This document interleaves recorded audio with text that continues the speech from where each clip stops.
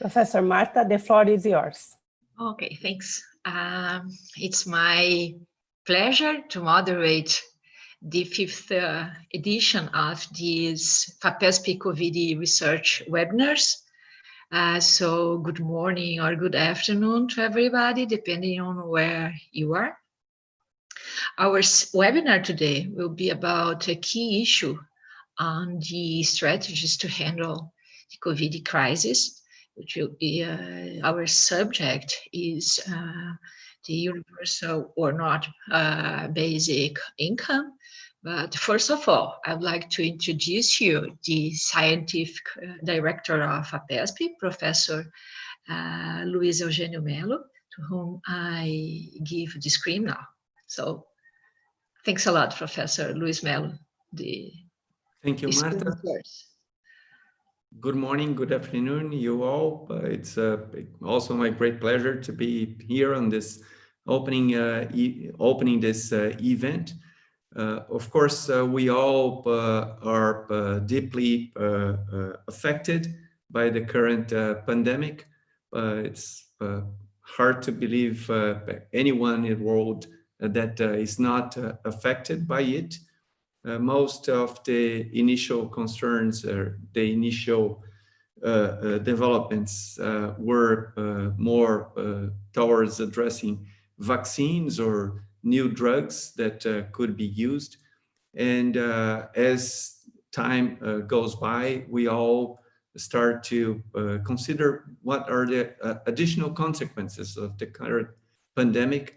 And there are definitely a number of outcomes, including climate change. There has been a drop in the use of various fossil energy sources. And with that, maybe some influence on global climate. Of course, economic activity has also been severely affected.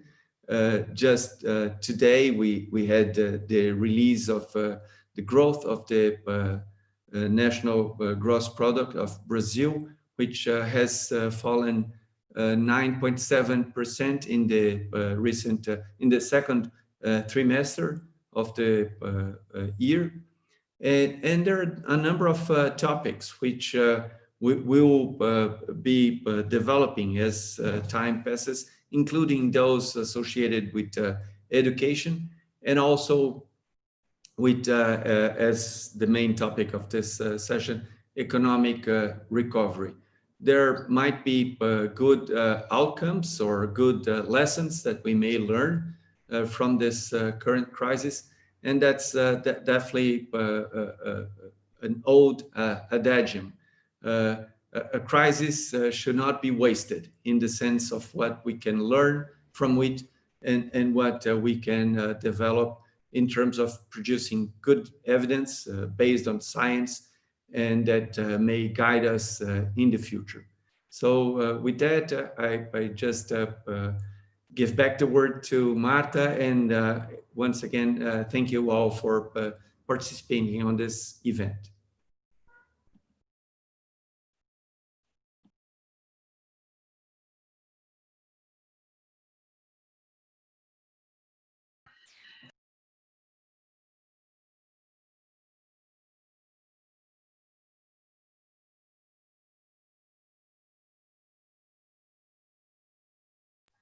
Sorry, I forgot to unmute. I'm very sorry. Thanks a lot, Professor Luiz Melo. As I said before, this subject is a key subject regarding the way societies are handling the economic effects of the COVID crisis. We have here a strong team of experts on this subject, so we are very happy to have them with us today. But before giving them the screen, I would like to warn you about our the way this webinar will work. First of all, Each speaker will have 20 minutes to make his or her presentation, and we'll have a Q&A section after their presentation. So you can send questions to the address live@fapesp.br, so LIVE @fapesp.br.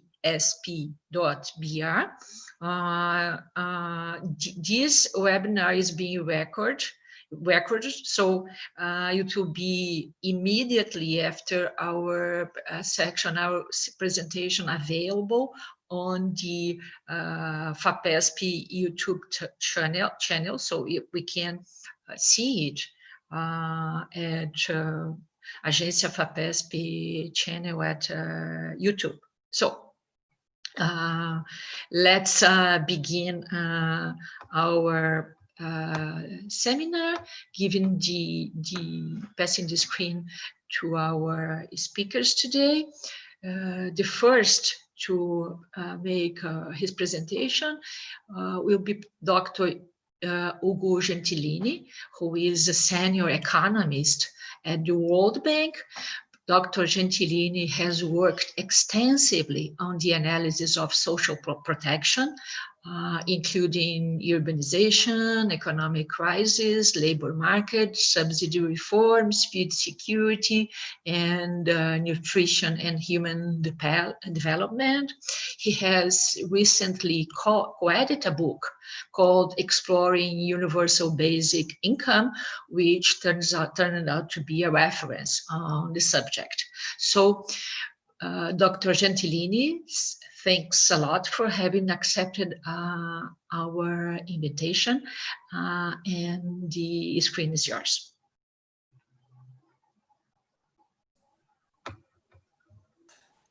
Thank you so much, Marta. I hope you can hear me well.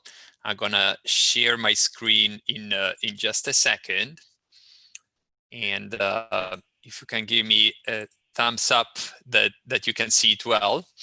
I hope it's working. So I'm truly delighted to share the terrific FAPESP research webinar series, and to discuss the topic that I personally consider very humbling.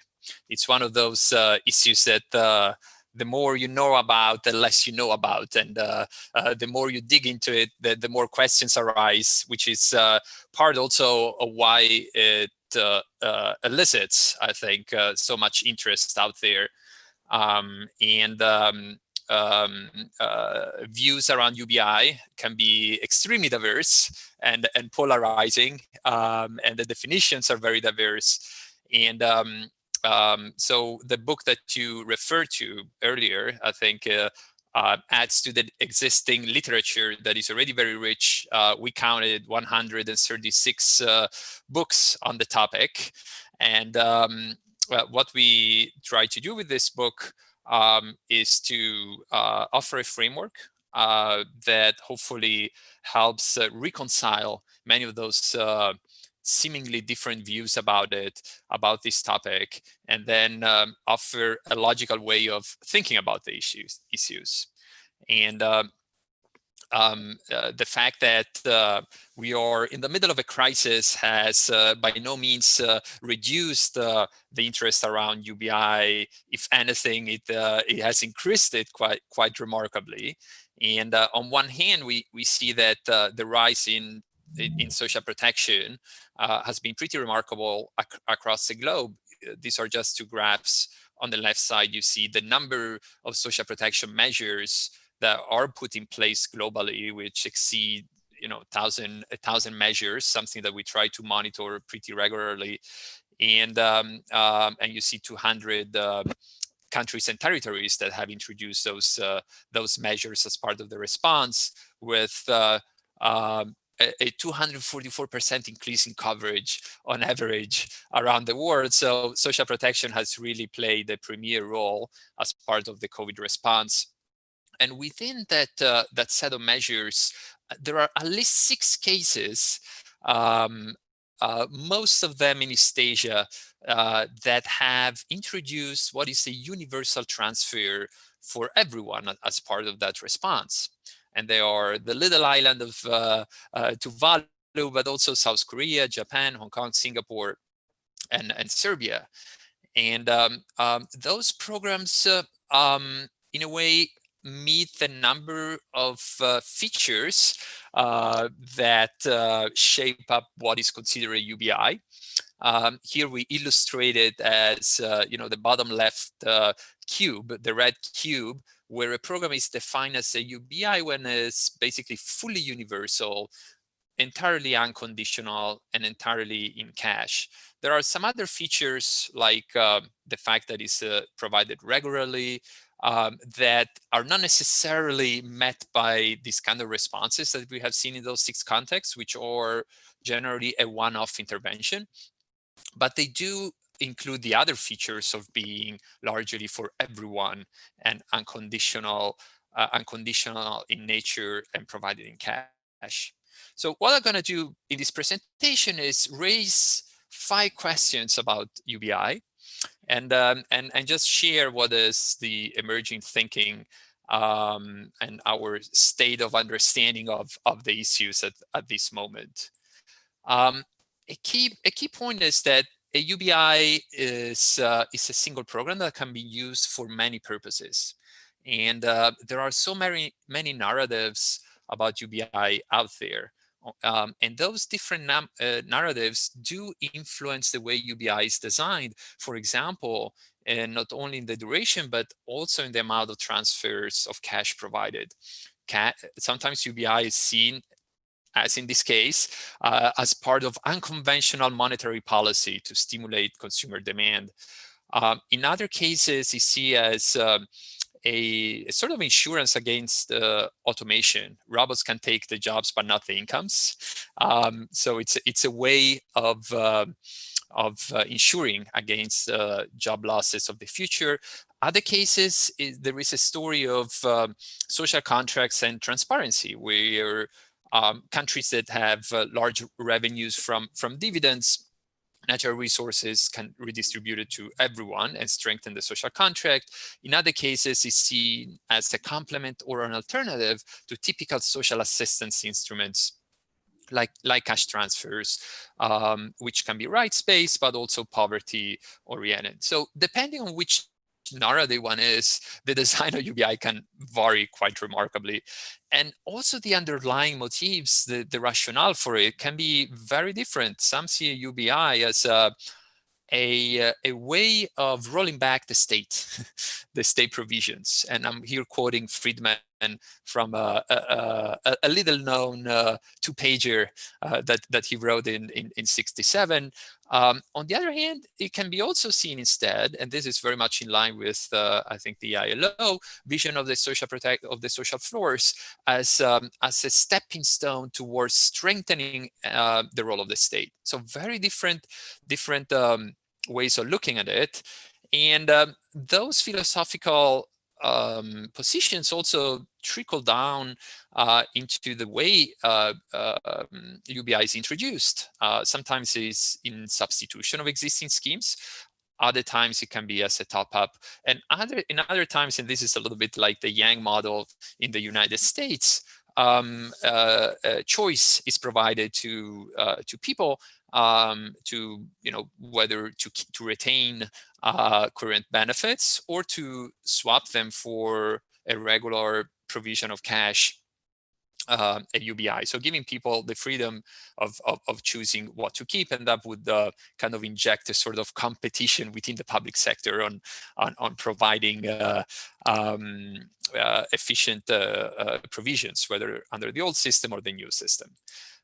So altogether, what we try to do here is to provide as a kind of a logical way of thinking about it. So be clear about the objectives that one wants to pursue, what are the parameters, how you introduce it, and then compare that model against specific parameters on coverage, incidence, adequacy, and others that you see here in the different golden dots and circles, and see how does that compare against the existing systems. And oftentimes it's not, programs don't score perfectly on all those parameters. And that's where some of the complications arise, is, what is the optimal equilibrium that policymakers are seeking?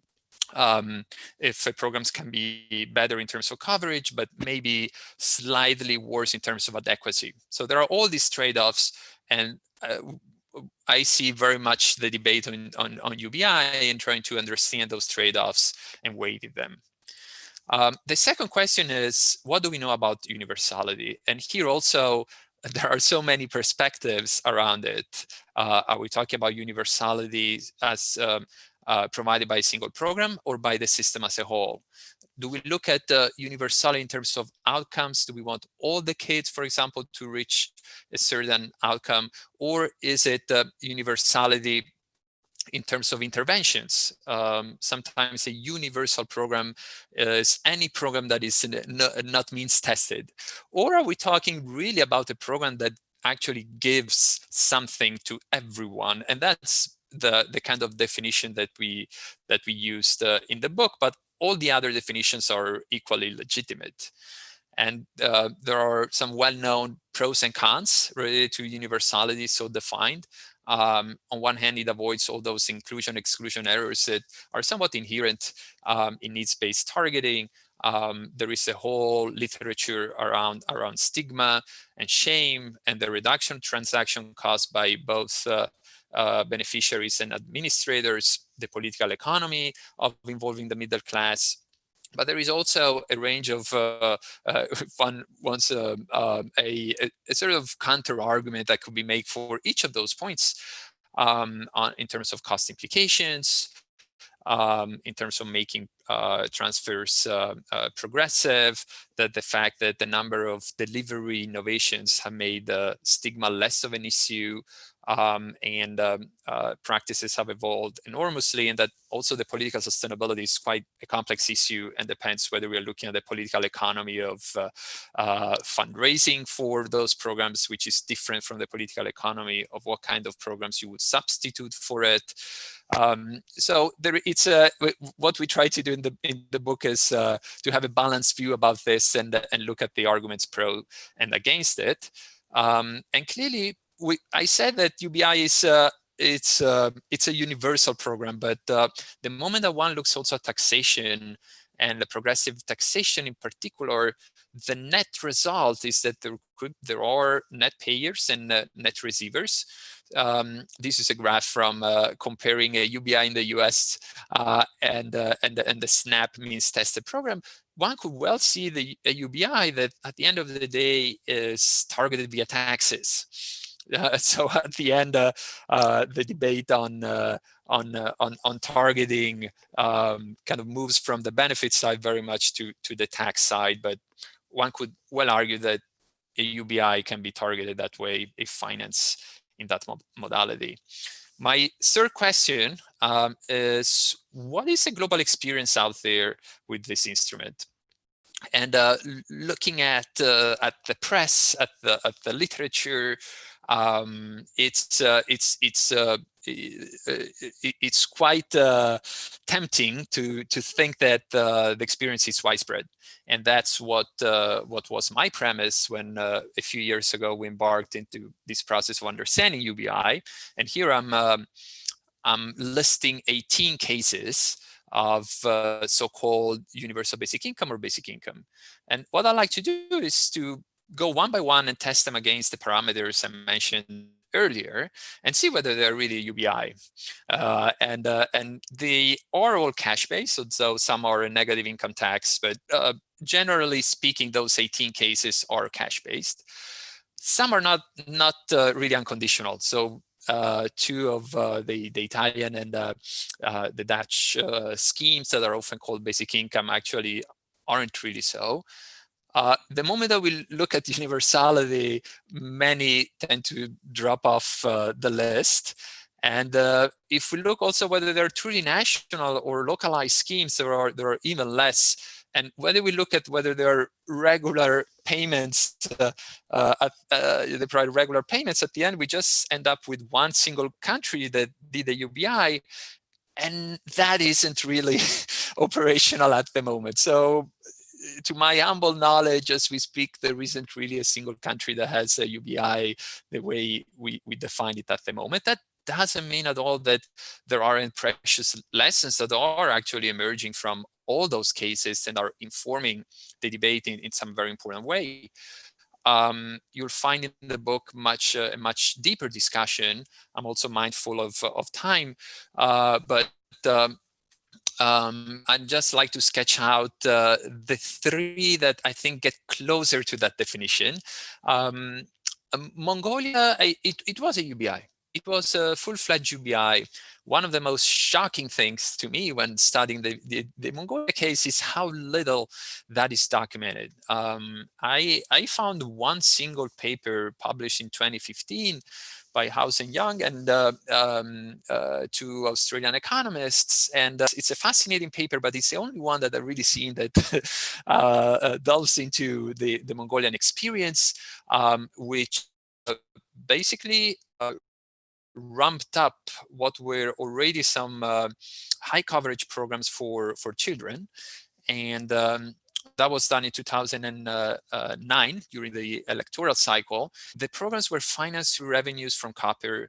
And the moment that those declined, the program became very hard to maintain, and it became very quickly fiscally unsustainable. And so after several rounds of cuts in benefits, the program had to be scaled back to the previous form. So it only lasted 2 years. In the meanwhile, though, Mongolia reached nearly universal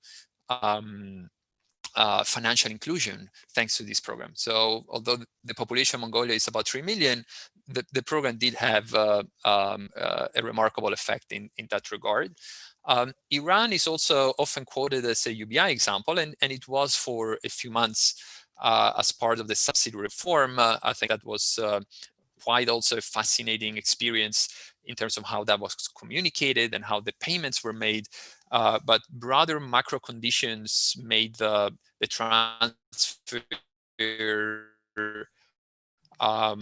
transfers purchasing rapidly. So at the moment, from what we know from 2018 data, about 4/5 of its purchasing power was gone because of inflation.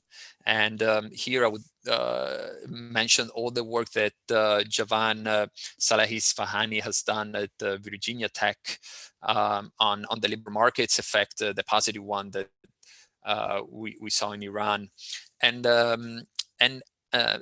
also it's not a UBI because kind of early in the game, the kind of the top tiers of the distributions were taking off the rolls. So it's a program that reaches, but so it's not entirely a UBI, but very close one. Alaska has a very strong. It provides between $1,000 and $2,000 per year. I think it was $1,600 the last round in September. That's when the governor announced the dividend from oil, and it's so ingrained in the social contract that surveys instead of adding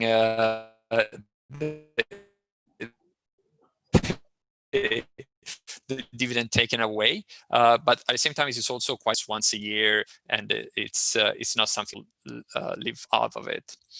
My fourth question is just to offer a little bit of an illustration of the trade-offs that the framework, something that we work with Nora Lustig and others, and we just had some simple static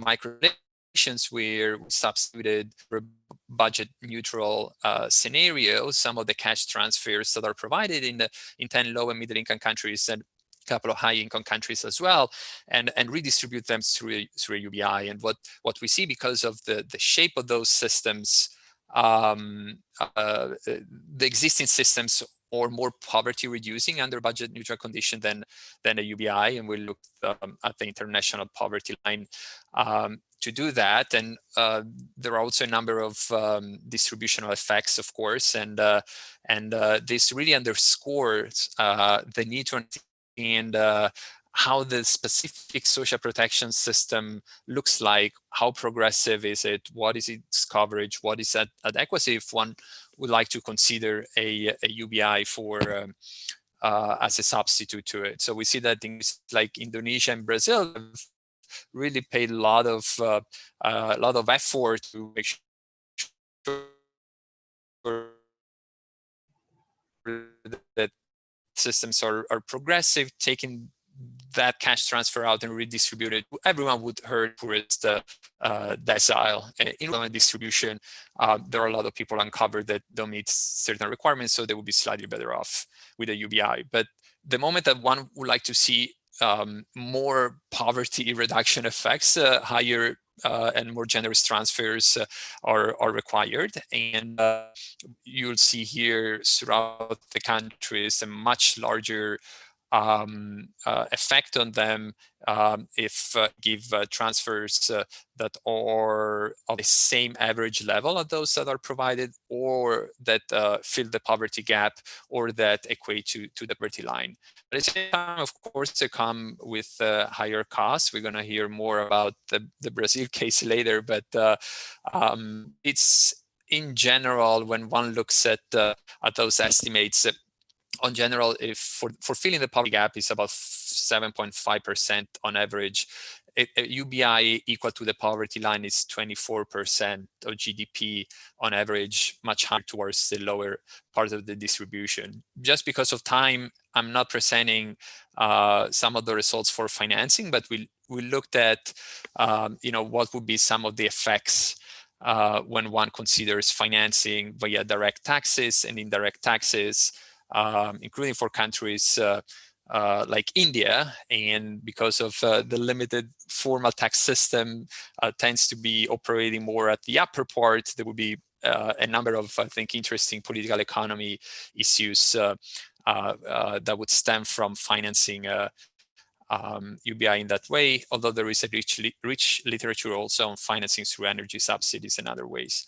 I'm going to jump my last slide just to say that sometimes it looks simple to do. In practice, you do need a number of specific delivery components for delivering a UBI. You do need strong payment systems, a system of identification. So it's not just as simple as it sounds, but it's fair to say that it might be simpler on some particular parts of the delivery chain than the typical social assistance program. So my two takeaways are that UBI sheds light on a number of challenges in the current systems, but a UBI can vary enormously in purpose and design, and there are a number of trade-offs that one needs to consider. And the art of selection at the end would be what is the kind of weight that is placed on all those different parameters against which a UBI versus existing systems are compared. There is a huge research agenda here, and I'm just naming 4 in terms of behavioral responses by firms and households. What effects would it have for pensions and minimum wages? And I think the political economy is a big one. There is a lot of interesting research on Marika, for example, the Mbuka currency that is being used there. That's going to be very fascinating to see how it plays out.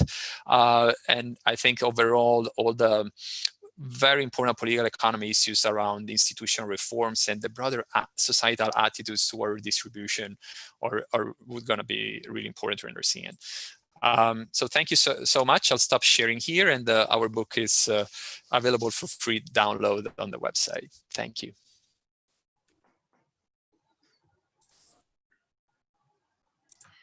Thanks a lot, Dr. Gentilini, for such a comprehensive and dense presentation. Very, very interesting. Our next 3 presentations will focus more on the Brazilian case. As everybody might know, this is a very, very hot discussion in Brazil currently. So our idea is to give an opportunity to the audience to better know the technical discussion on the subject in Brazil.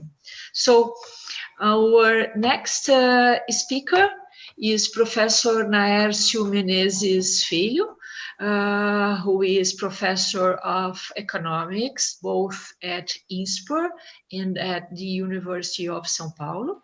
He is also the director of the Center for Public Policy at INSPER, where he has conducted extensive research on education, labor market, income distribution, productivity, technology, and unemployment. So Professor Naércio will present us a discussion on the effects of the emergency income program in the design of a new permanent social program in Brazil. Professor Naércio Menezes Filho, thanks a lot for having accepted our invitation, and the screen is yours. Thanks very much, Marta. Thanks for the invitation to be here. And thanks for FAPESP as well for inviting me. And I'll be talking about basic income, about the effects of the emergency transfers we had in Brazil in the last couple of months, and also on a proposal for a new permanent basic income program in Brazil. Okay, so I'll start with just a feature of Brazilian economy that everyone knows, but it's worth highlighting that we are an extreme unequal country. These tables here are from Aswad, Chancel, and Morgan, 2018. And they showed that, for example, average income in Europe is 34,000 euros. In Brazil is 9,000. But if you look at the 50% at the bottom of the distribution, their annual income is 14,000 euros in Europe, and in Brazil only 2,000. And if you go to the top of the distribution, 0.01% richer, in Europe, they earn on average 6 million euros, and in Brazil is about 6 million euros as well. So the very rich in Brazil earn on average the same as Europe, but the poor earn very little as compared to Europe. So we have a problem of distribution. Income is very concentrated on the top. And that I'm putting this table on to show about opportunities. The biggest problem in Brazil, in my view, is the lack of opportunities for the poor. So if you're born poor, you have problems that accumulate throughout your life that make it very difficult for you to achieve your projects and your dreams. And that in turn provides a lack of stimulus for the poor youngsters to do well in school and to go to high school and to college and get a formal job. And this affects productivity. So on my view, one of the biggest problems of Brazil is inequality of opportunities. And so we should invest in the early years of education, especially of the poor people. And this is the basics of my proposal. Okay. So what did the COVID shock do in Brazil? It's very interesting. We have a very active Brazilian Census Bureau, IBGE, that has a monthly household survey called PNAD, and now is conducting an extraordinary survey, an emergency survey called PNAD COVID, to examine the effects of the COVID pandemic in Brazil. So it's a subsample of the usual household survey, but it's a pretty big survey. So, and we can follow the households over time, from the PNAD continua in the first quarter of 2019 to the present days, using the phone interviews. So it's very interesting. So we can check that, of course, the COVID had a big impact in the Brazilian population, in the labor market. Here I'm plotting the share that participates in the labor market, and it has dropped from 63% of those in the population in the correct age to about 56%. So this is a big drop in the share in the labor force participation. And this, I'm comparing 2019 to the first week of May, second week of May, third week of May, and it's recovering a little bit, but very slowly. If you look at the guys who had unemployment but stayed at home, afastados, so it used to be only 2%, just marginal, but now it's about 12%. So 12% of those that had a job stayed at home because of the pandemic. Okay? And the share of the population that had a job declined from 56% to about 50%. So, and it remained very low. So it's a big shock in the labor market as well. And so what do you do when you have this big shock? So this is the question I am investigating. And the government acted very quickly and provided the population with emergency transfer. So it was a huge operation. And now with these transfers, I have some tables here to show who is getting those transfers. Because there was no time to target the really poor people. So basically everyone that was not in a formal market, that didn't have a formal job last year and did not fill in the income tax, received the benefit via an app. So if you look at the survey, the PNAD COVID, you'll see that 37% of households in May received the benefits. And in June, 41%. So this is huge. Almost half of the population receives 600 reals per month, and sometimes 1,200 reals per month. You know, for a sizable amount of the population, a sizable share of the population, this is bigger. This is more income than they ever received in their lives. Okay. And there is a targeting problem because of the guys that were interviewed, 25% received the benefit and were eligible to receive it. So there is an income threshold above which you shouldn't be receiving the benefit. But actually 13% in May and 16% in June were not supposed to receive the benefit, but received it anyway. So there was a lack of targeting in this program, that some of the money went to the rich actually. And the program was supposed to transfer money to those that lost their job in the pandemic. But actually only 22% of the guys that received the benefit lost their job. Okay? So this is actually the share of people that lost their job between 2019 and 20. So 22% of the guys lost their job between 2019 and 2020. And so if these guys return to the labor market to look for a job, unemployment may reach 25 or 30%. Okay, 77% of those that were employed in 2019 remained employed in 2020. And 16 or 12% had a job, but were working from home. Now, this is the table that I was talking about. Of those that received the emergency transfer, 15% lost their jobs between 19 and 20. So those were the main target of the program, but they actually compose only 15%. 38% were employed both in 2019 and remained employed So this is, they actually didn't need the program, okay? 36% of those were not employed either in 2019 or 2020. So 36% of those were poor families, not covered by our social assistance programs like Bolsa Familia. And actually, they were not, in principle, much affected by the pandemic. They were not employed to start with, but actually they saw an opportunity to receive money.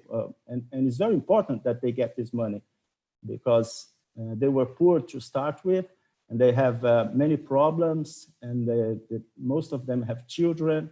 And so the emergency transfers that were actually designed to help those guys that lost their job in the pandemic ended up helping the very poor in Brazil. And because of its high value and its really high coverage. So it's interesting to see that. And it reflects in the increased popularity of the president. This is actually a political issue that's important as well. And 10% were not employed in 19 and employed in 2020. Okay, so this is like the impact, a picture of the emergency transfers in Brazil. Okay, so what did the transfers do with respect to poverty, for example? So here we are following the same families over time. We use the national survey and follow the families with the COVID, the emergency survey. Okay, so before the pandemic, poverty was like 12%. We use like regional poverty lines here, depending on cost of living. So if there was no emergency transfer, poverty would rise to about 24%. So we would have almost a quarter of Brazilian households living in poverty. And it would remain around 24% until June, for example. But with the transfer, which is the blue line, it actually increased to only 16%. And it's still around 15 or 16%. So the transfers actually reduced poverty in about 10 percentage points in the whole period. That's why I said that most of the people that received it were actually poor to start with. So in terms of inequality, you see a very similar picture. So actually, inequality with the emergency transfer is lower today than it was before the pandemic. So before the pandemic, the Gini was 0.54, and now it reached below 0.5 for the first time in our history, okay? So it remains really stable over time at around 0.50. And if there was no emergency transfer, it would be higher and increasing over time, okay, in May and June 2020. So that's why the population saw, look, it's possible to reduce poverty and inequality in Brazil if you transfer income to the poor people, okay? So this is very interesting, actually. If you look by race, you see that among Blacks, poverty would have risen to about 30% of the households because of the pandemic, were it not for the emergency transfer. And with the transfer, it's about 20%. So it reduces poverty by about 10 percentage points. And among the whites and the Orientals, we call yellows, poverty is also reduced. It would be around 15%, and now it's up to 10%. But the biggest reduction was in the minorities, was the underrepresented Blacks and indigenous people. So it was very effective, actually. And it's all done through an app. So it uses technology, which I think is here to stay, using the app to enroll people that should be receiving these programs, okay? So, so far, so good. So what about the future? The problem with the the emergency transfer is that it's very expensive. So it's about 50 billions per month. So it's impossible to maintain the program for a long period of time, because Brazil already has problems with public finance. And if the program remained as it is, it would be a lot of expenditure. So what should we do now? So my impression is that we should not go to an universal transfers, basically because it would be very expensive.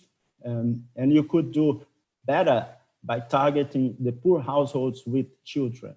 Okay, so you can increase the amount transfer and focus on those that really need it, the next generation, the guys with children. So here is the problems with I put a problem with the Bolsa Familia, which is our main cash transfer, conditional cash transfer program. It's a very good program, but 64% of the poor only receive the program. 35% of the very poor do not receive the program. So the coverage of Bolsa Familia, which was very good, is not very good anymore. Because there was a problem with queues, with limited expenditures on the program in the last couple of years. So although very few of the rich receive the program, so exclusion is quite good, 90% of the rich do not receive the program, but you still have to include a lot of people. And furthermore, the income that people receive is only 200 reals on average. So it's not enough to lift them up of the poverty. So, so this is, I'm sorry, it's in Portuguese, but poverty in Brazil is among the households with children is about 26%. And among the conditional cash transfer beneficiaries, it is 57% before accounting for the transfer. And after the transfer, poverty still affects 48% of the beneficiaries, about 50%. So about half of the households, of the families that receive Bolsa Familia are still poor after they receive the transfer. Okay, so this is interesting, because the program, actually what the program actually do very successfully is to reduce extreme poverty. Okay, so poverty measured by the basic calories you need to survive. So it does reduce, although there is a lack of coverage, but it's not enough to leave people out of poverty that includes clothing, transport, and hygiene, and this kind of stuff. So that's why we need to increase the value and the coverage of the program. And this is a good opportunity to do so, because as I said, with the emergency transfer, the society realized that it's actually possible to have a better society. So, and this raised the spirits, and the political economy of is favorable now to a new program. Okay, so I have some tabulations here, simulations I did on the future program, just to check how much money would it cost, different alternatives, and what would happen to poverty. So here I'm mainly interested on families with kids. Okay, so it's the new generation. We would like to have a new generation, the COVID generation, that has more opportunities. Okay, so that in the future, the country will have more productivity, more formal schooling, labor market, etc. So I simulated here, should you give 400 reals per family universally? Should you give transfer 400 reals per child universally? Or 400 reais per child in the Bolsa Familia, and so on and so forth. So different simulations in terms of expenditure, total expenditure, value, 800 per children, 1,200 per children, and the total amount that you would spend, and what would happen with poverty, okay? So these three columns, we don't change the Bolsa Familia, we just add a new transfer according to these rules. And in these three columns, you replace Bolsa Familia for those kids, those families that have kids. Okay? Instead of receiving Bolsa Familia, they receive the new transfer, which is much higher, so everyone will be better off. So for example, if you give 800 reals per children universally to all children in Brazil, you would spend 158 billion reals, okay, per year. And poverty will drop to 7%. But if you do 80%, 800 reals per children that is poor in Bolsa Familia, you would expend half the amount and poverty would go to 14%, okay? Why only 14%? Because of the lack of coverage of Bolsa Familia. So as I showed you, around 30% of families, poor families, do not receive Bolsa Familia. So even if you give the money to everyone that currently receive Bolsa Familia, poverty would drop from 26% to 14%, but it's still higher than in the case of a universal transfer. But you see that the cost is half the amount that would cost an universal benefit program, okay?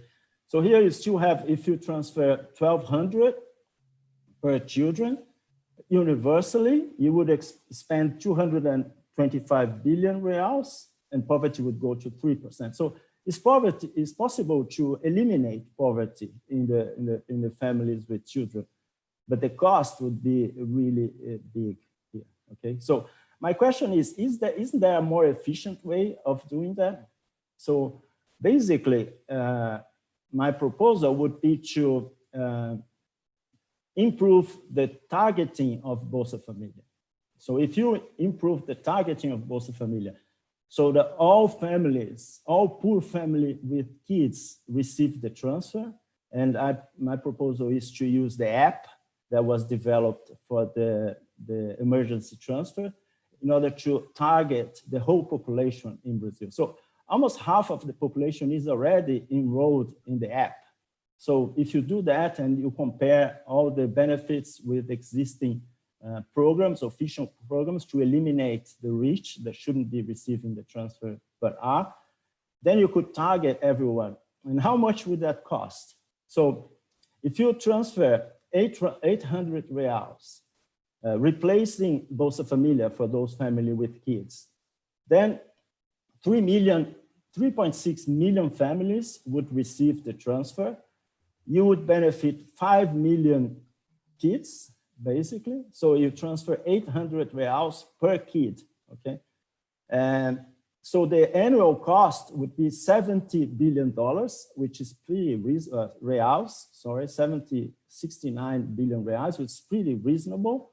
And poverty would drop to 7%, okay? So basically, if you think in terms of costs, I'm not taking into account all the points raised in the previous presentation. It's just I'm just looking at total costs, just looking at the financial side of the program.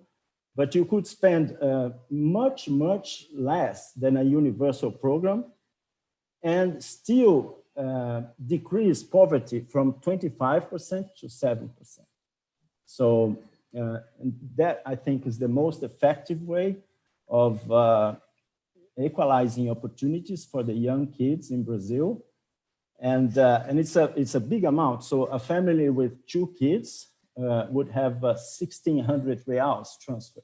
So it's basically so that those families would have the conditions to adequately raise their kids without having to worry about buying food or pay for the transports and all this. So it's focused on the poor and on the poor with the children, okay? So this is my idea of a program would be.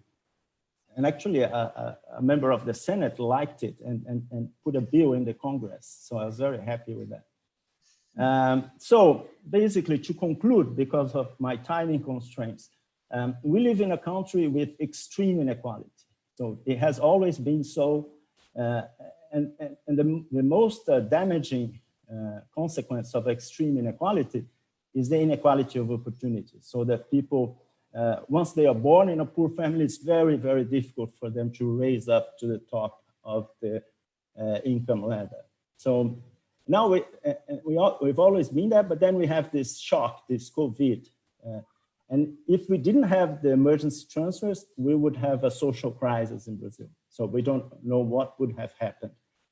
But the Congress created the emergency transfers, so that was very helpful, and the government was able to implement it very quickly and to about half of the Brazilian population.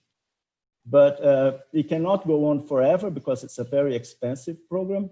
So in the future, my proposal is a new Bolsa Família program that focuses on the children, that would cost 70 billion reais per year and would raise poverty to about 7%.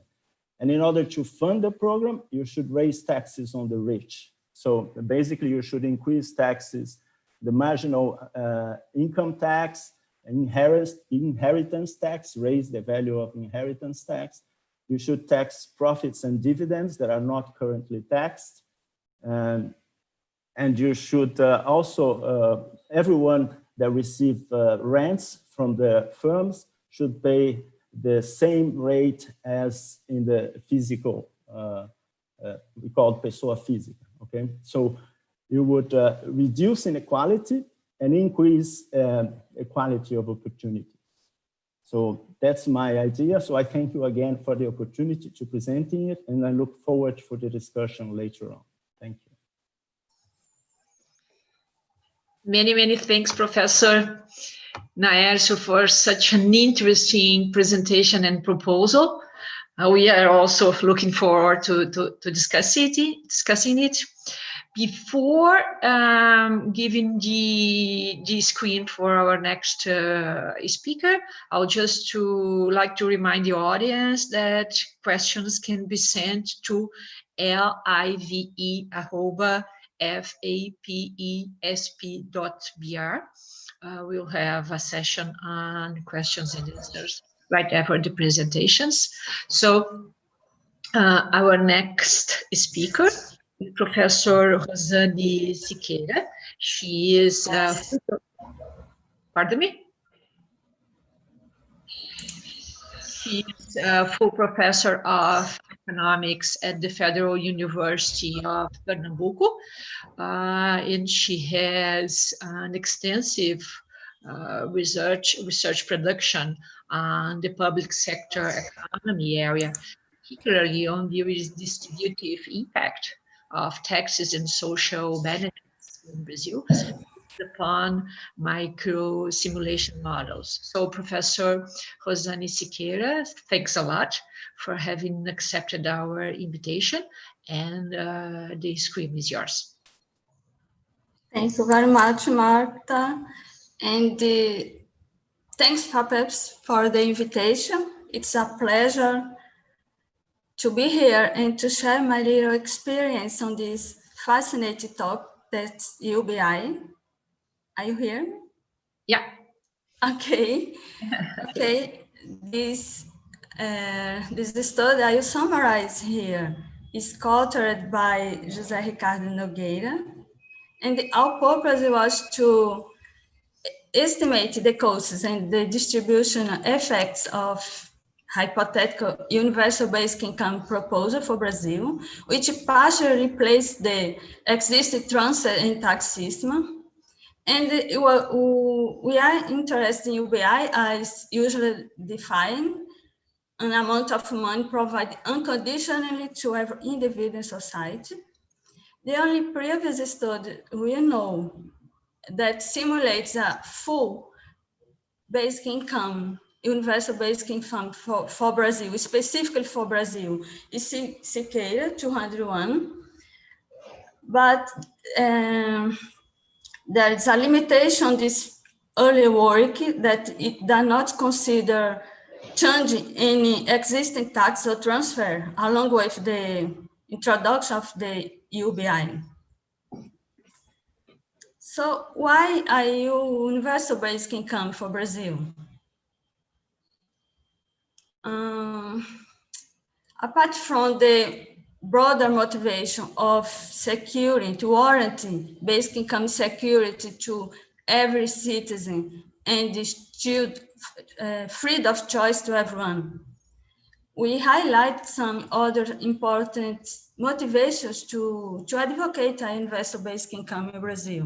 First, the inequity of our fiscal system. To illustrate this point, we use a figure from a study published by the Brazilian Ministry of Finance. The red bars represent the average transfer per household by income in quintile. The last one on the right side is the average over all households. And you can see that the richest percent of the population receive nearly double the average transfer, while the poorest 20% of the population receive 1/3 the average transfer. After the payment of taxes, the blue bars, the economic position of those families in the borough this quintile nearly virtually doesn't change by the system, as can be as denoted represented by the black dots. So you have equity arguments, and there is also the problem that the Brazilian tax and transfer system are very extremely complex and fragmented, with high bureaucratic costs, and facilitate rent-seeking activities and clientelism. And third,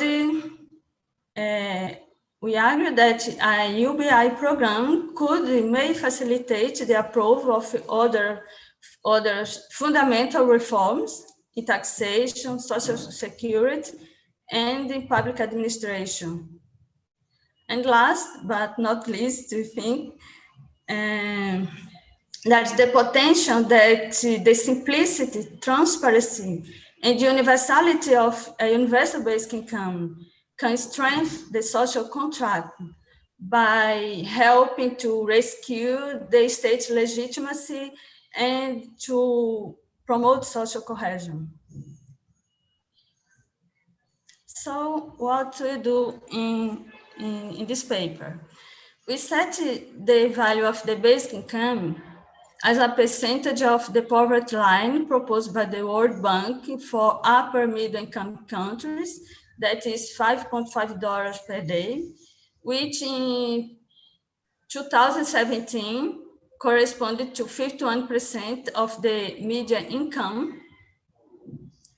All pensions are adjusted downwards by the same value of the basic income, and all other cash benefits are fully replaced by the basic income. The existing personal income tax and the employee social security contributions are abolished and are replaced by a flat rate tax or by a two-rate tax on all incomes other than the BI. So the basic income is not taxed, but there's no other tax-free allowance. We simulated 3 scenarios. Scheme 1, in Scheme 1, there is a uniform payment to everyone equal to the poverty line, which in 2017 was R$406 per month. And there is the income tax has a single rate. In Scheme 2, the income tax has also a single rate, a flat tax, but the value of the basic income can vary according to age group. It is equal to the poverty line for working age adults. It's half of that for children, and is double the poverty line for people in retirement age. And in Scheme 3, payments are equal to Scheme 2, varies with age group, but the income tax has two rates.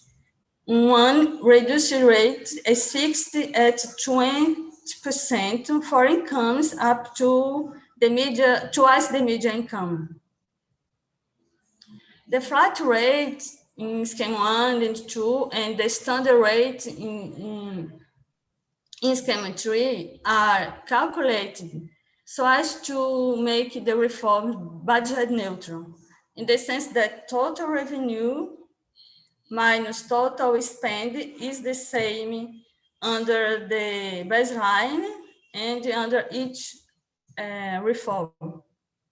And the calculations are performed with a static tax benefit maximum simulation model based on data from the National Household Survey, PNAD, for 2017. And the model is a computer program, uses the legal rules prevailing in 2017 to calculate cash transfers received and tax paid by individuals and households in the microdata, and uses this information to estimate the household's disposable income, that's earned income plus simulate transfers minus simulate tax. And here are our first table of results. We see that in 2017, total spending on cash transfers was around 804 reais. This corresponded to 12.2% of GDP and to nearly 24% of aggregate household gross income, which is a share higher than the average for OECD countries.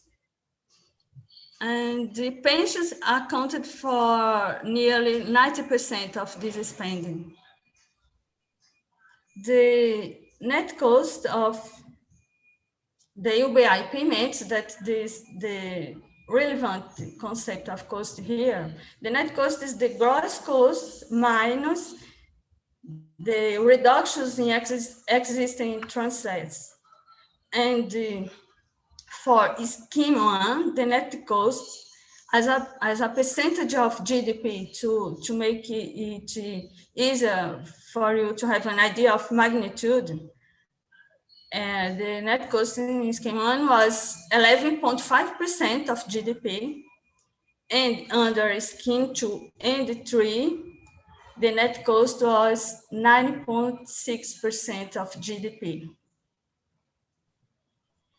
The flat tax rate under scheme 1 to ensure revenue neutrality, budget neutrality, was estimated at 25.7%. The flat rate in scheme 2 was estimated at 22.6%, and the standard or higher rate in scheme 3 should be 47.5% for budget neutrality. Remember that this income tax, the new income tax, replaces the existing income tax and employee social security contributions. This table shows summarizes the impacts on poverty and inequality. We see that in 2017, the proportion of poor people in the Brazilian population was 23.5%, but the poverty rate among children was near 40%, and only 3.2% among the elderly. And inequality of disposable income was 0.51, which puts Brazil as one of the most unequal countries in the world. And here, by design, you see that scheme 1 eliminates poverty, and this uniform payment combined with a flat tax rate managed to reduce inequality by around 1/4 to 0.38. Schemes 2 and 3 also have a dramatic impact on poverty. Average poverty over the whole population is reduced to 80% in scheme 2 and to 6.8% in scheme 3. And child poverty is reduced by more than half under both schemes. And the inequality is reduced by nearly 1/5 under scheme 2 and around 1/4 in scheme 3.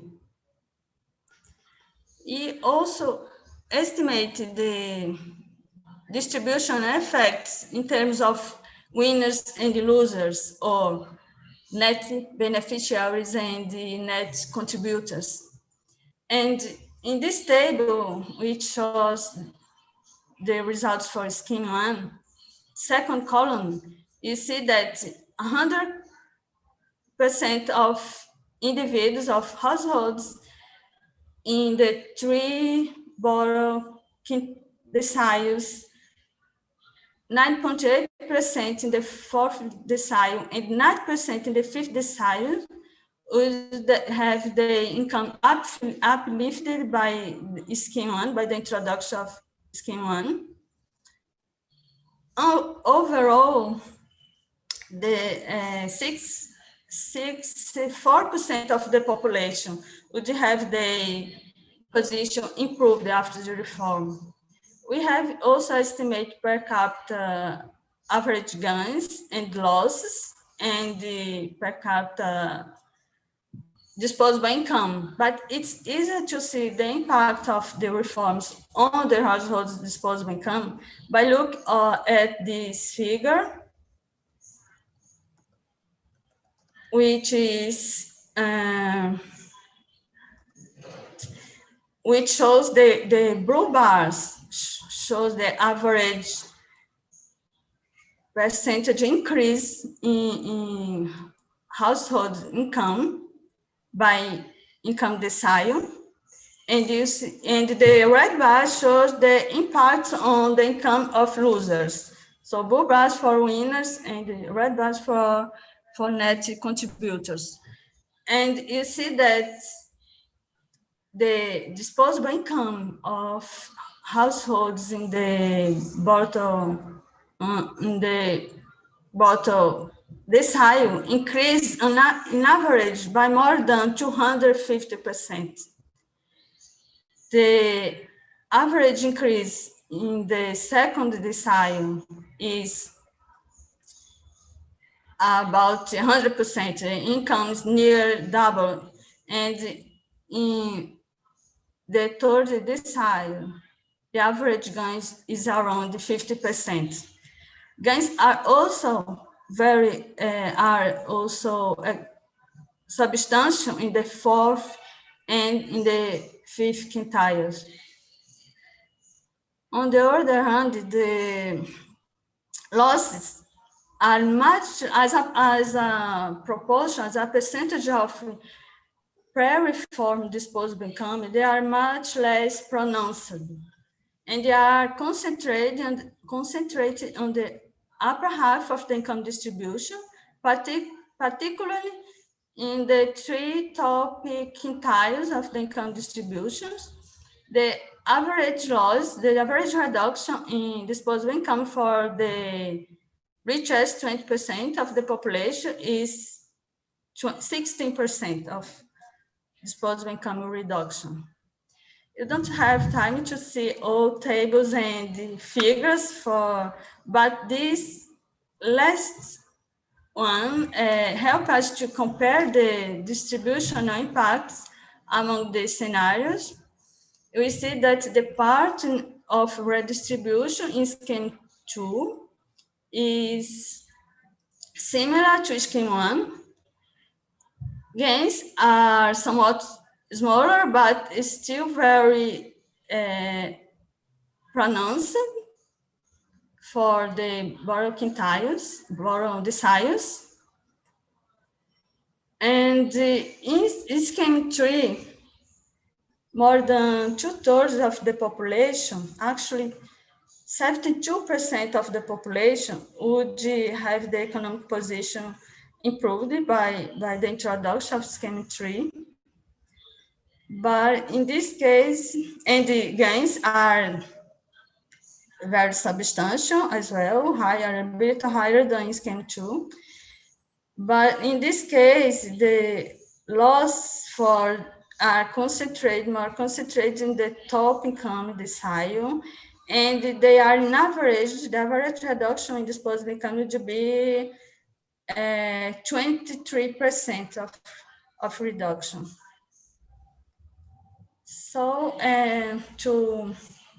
as final comments, we highlight that our results show that the introduction in Brazil of a universal basic income flat rate scheme, partially replacing the current transient tax system, has the potential to substantially reduce poverty and inequality, and also to be economically viable. They also indicate a relatively weak trade-off between affordability, distribution improvements, and administrative simplicity. Of course, we need further work to evaluate in more details these trade-offs and those different modes of introducing the system into the existing tax transfer system, and to explore additional ways of financing, including consumption taxation, and taking account of savings from reductions in administrative costs. Okay, that's, we are ready for question and 2 questions, and thank you very much for your attention. Thanks a lot, Professor Rozane Siqueira, for such an interesting detailed study. Indeed, we know that your presentation is based upon a recent version of your study, so maybe we can find a way to make known by the audience how to get knowledge of your study. Thanks a lot. So our next presentation, our next speaker is, I'm sorry, Dr. Rodrigo Orair, who is a researcher both at IPEA, Federal Research Agency in Brazil, and the International Policy Center for Inclusive Growth, hosted in Brasilia. Professor Orair's research has focused on macroeconomics and fiscal policy. He has published a number of studies on public finance and its relations with income distribution and development. And indeed, he has gotten a number of academic awards for his studies. So thanks a lot, Professor Orair, for having accepted our invitation. And the screen is yours. Thank you, Marta. A great pleasure to be here and to talk to you. It has been very interesting. It's a great pleasure. I'm having a problem with my connection, so I'll ask, I think that Marcelo from FAPESP to go along my... Yes, Professor, we have your slides here. We are on the first slide, one, okay? Okay, so please pass to the next one. Okay, basically my focus, I've been working in this issue of basic income here at IPEA. people are studying the alternative, the design, and I mainly studied the financing scenarios. So my presentation will be in 3 parts. The index there, the summary is around. There are 3 parts. The last one is duplicated. Please, Marcelo, move further to the next slide. Just to begin with, here we are working quite close to the lines that Naércio, Professor Naércio talked previously. The emergency aid just changed the way we discuss in terms of inequality, fiscal impact, and etc. Our emergency aid expands around $50 billion a month. Bolsa Familia is 33 billion a year. So we're talking about in 1 month, 1.5 years of Bolsa Familia. And that discussion just raised and put new standards and new pressures on where are we going to go further from now. Of course, that if we think about basic universal income with the same cost, month cost, as the emergency aid, we're talking about 7.5% of the GDP. It is unrealistic, okay? Now, it's hard to think that we're gonna go back to the Bolsa Familia. Bolsa Familia just became too small. So where can we go? And this is kind of the things that we are discussing here, which is quite close for all the Naércio and Rozane said here. People here in IPEA are just more here at the social policy division. They're discussing going through kind of a hybrid or a mix of, it's not a UBI, but we would have a universal component for child, quite different from Naércio, together with a targeted one, which is bigger than the Bolsa Familia. I'm not going to go into the details of it, but the idea is to go, where can we go from now? Could you please move for the next slide, Marcelo? Results in terms of micro simulations, it's quite, yes, you can reduce a lot inequality and a lot of poverty. A UBI is not that effective in terms of poverty, so this is why we prefer this kind of mixed. The reason for having universal to child, there are several reasons for that. First, they are overrepresented in poorer households. Second, there is some sort of path dependency. We already have several programs targeted to child. The auxílio, the benefício variável of Bolsa Familia, in the bottom of the distribution. In the half of the distribution, we have Salário Família. At the top of the distribution, we have a deduction for the personal income tax with several overlappings and holes. So why not to complete these? So this is also important, and as well as a way to convince the population and say, look, we're not going to a UBI, but we are doing a next step toward it. Please move further, Marcelo. Then we have, how much can we go? You know, how long can we go? We could be neutral, or we could have a bigger program. 2% of the neutral means something around 0.8% of the GDP, or bigger ones could be 2 or 3, and not get into the details of the design of each of them.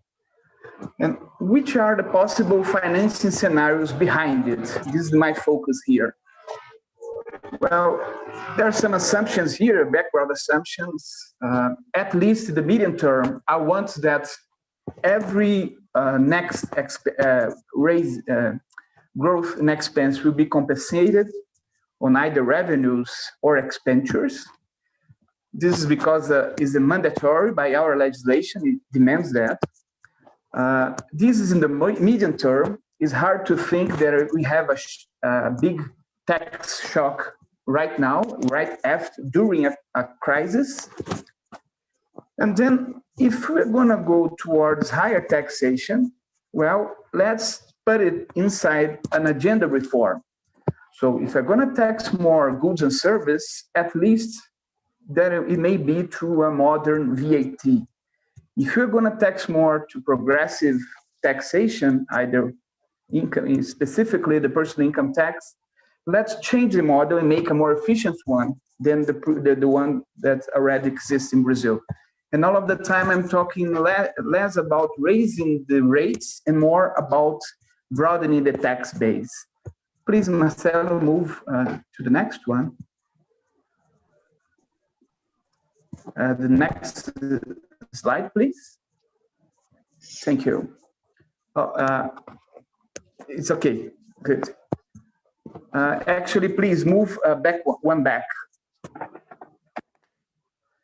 Now, what are the possible paths? And here, Brazil is already discussing at the Congress a very important tax reform.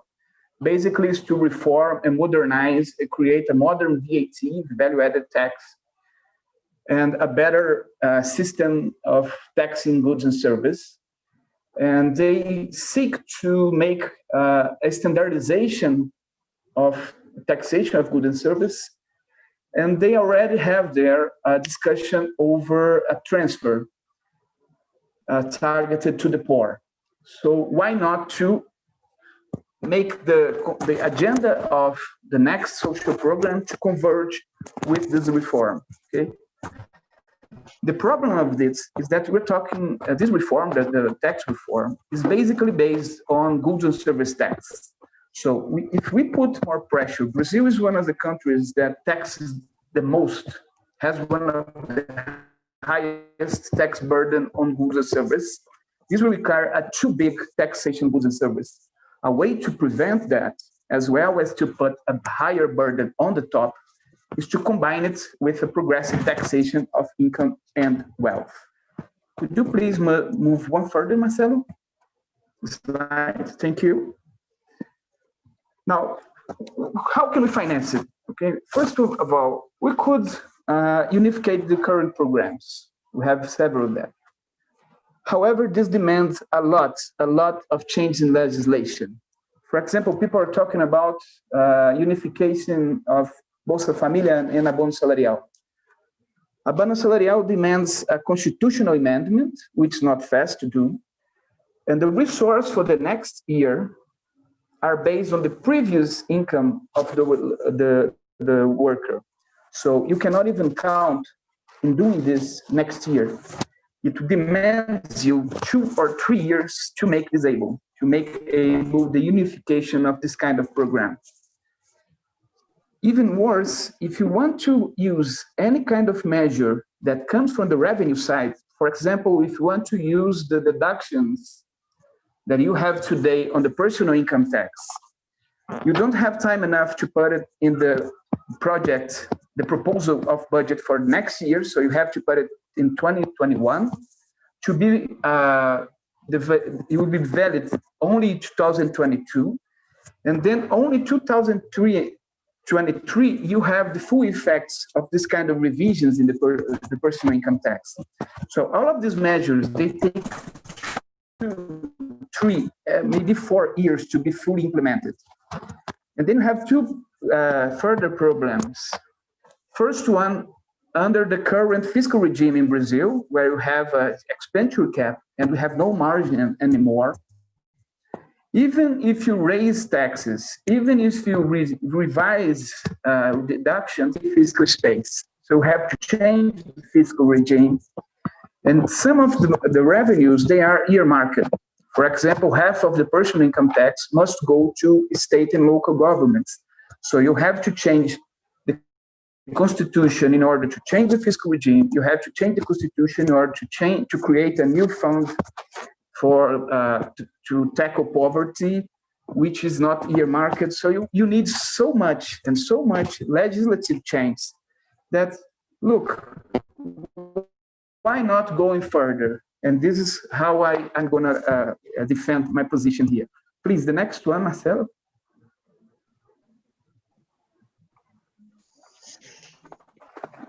Next slide, please.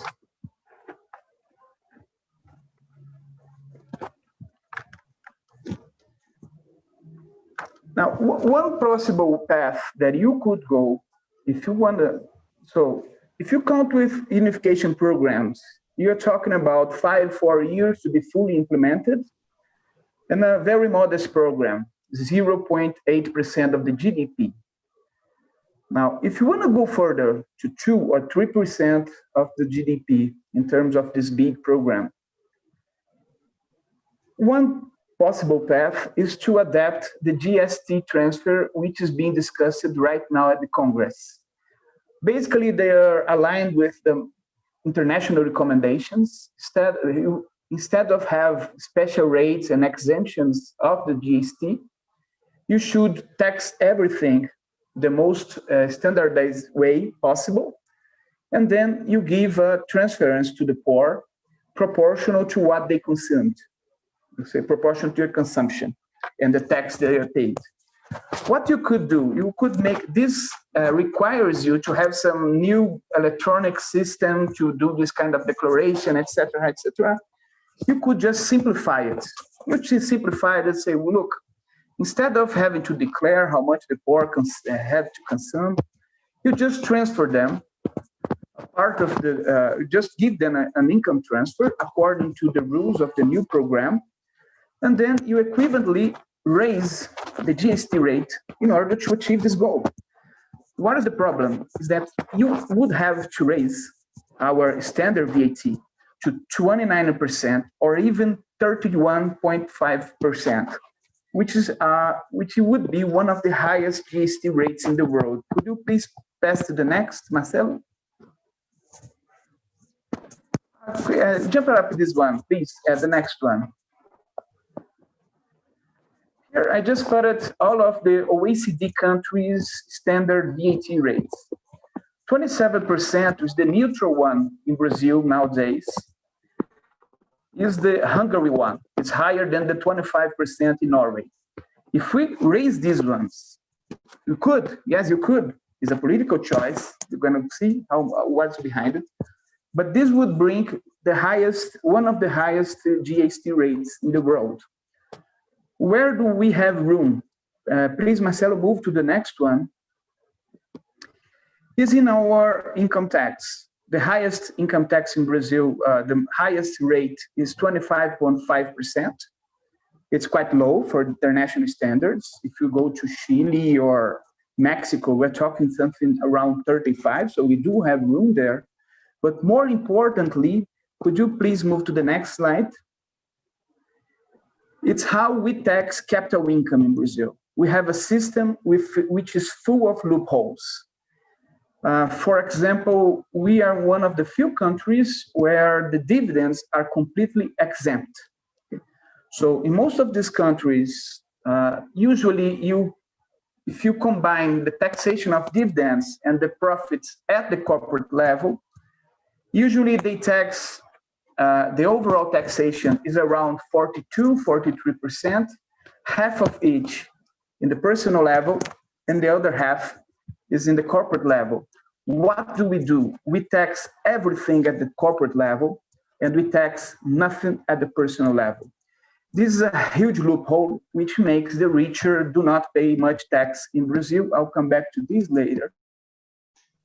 But one point which is worth noting is that nowadays our corporate income tax is one of the highest of the world. We tax it at 34%.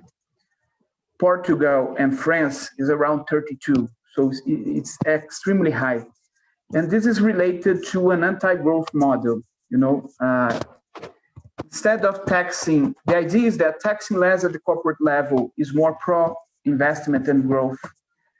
And taxing more at the corporate level is anti-growth. And more than that, by not taxing at the personal level, we do not reach any progressivity of this income, which is extremely concentrated at the top of the income distribution. Could you please move further? So what is the natural way to go? A PIT reform, a personal income tax reform. What is important here? Usually people think, just summarize how is the current structure of the personal income tax reform. Just to give an example, the 0.01%, there is the Brazilian millionaires. They have an average income around 3 million reais. Out of these 3 million reais, only 500,000 are taxable. All the other incomes from them is either exempt or taxed at the source with a special rate. What does this create? If you think about, okay, I want to raise the progressivity of the personal income tax in Brazil, I'm going to review all the deductions that we have on taxable income, and we put, let's say, a new rate of 35% or a flat tax of 35%. This has two problems. First, it will not reach most of the income of the rich because it's either exempt or is taxed at source by special rates. So you have here an equity problem because by pursuing more progressivity, you don't reach the rich. The second problem is more of a horizontal equity nature, is that given the fact that capital income is less taxed than the labor income, you have a an income shifting phenomenon.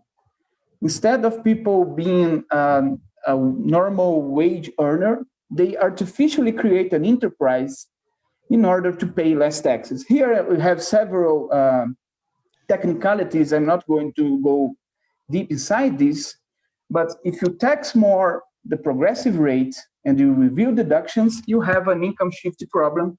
Labor income will become capital income and will avoid taxes. So how do you address this issue? One simple thing would be, okay, let's tax dividends. Let's put them 35 or put them at the progressive rate of 25%. But then you still have problems with the solution. It's the simplistic solution. First, because you still have several loopholes. For example, capital gains, we still have special rates. You have other exemptions of financial investments. So the dividends will become another form of capital income.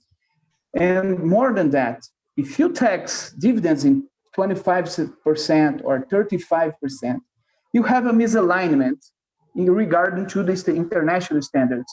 Brazil has a lot to tax in top incomes. However, we cannot put a pressure. There is an overall taxation by combining corporate income tax and personal income tax, which is higher than France or Portugal or OECD countries or United States. It's unrealistic that. So we've got simple measures will not solve the problem. We need a reform of the system. Could you move one further, please, Marcelo? So these are the guidelines. When we talk about reform and personal income tax, there are at least 5 things that we've got to deal with. How are we going to integrate personal and corporate level taxation? How do you do this without having too high an overall taxation that is not according to the international standards?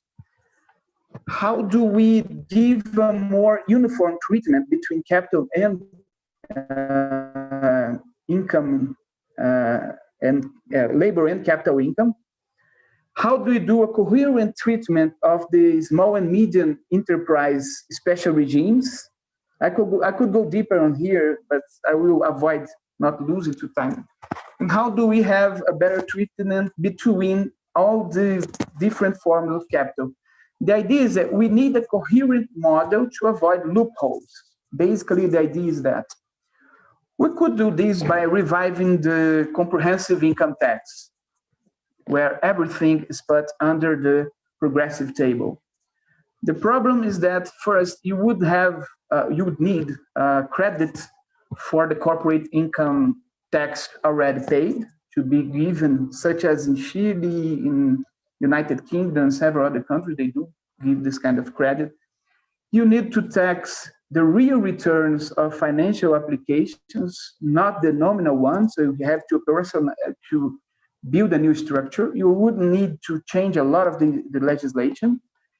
And then you also would have to create a differing instrument for capital gains. So the truth is that although the idea would be to go back to the comprehensive income and comprehensive and progressive income model.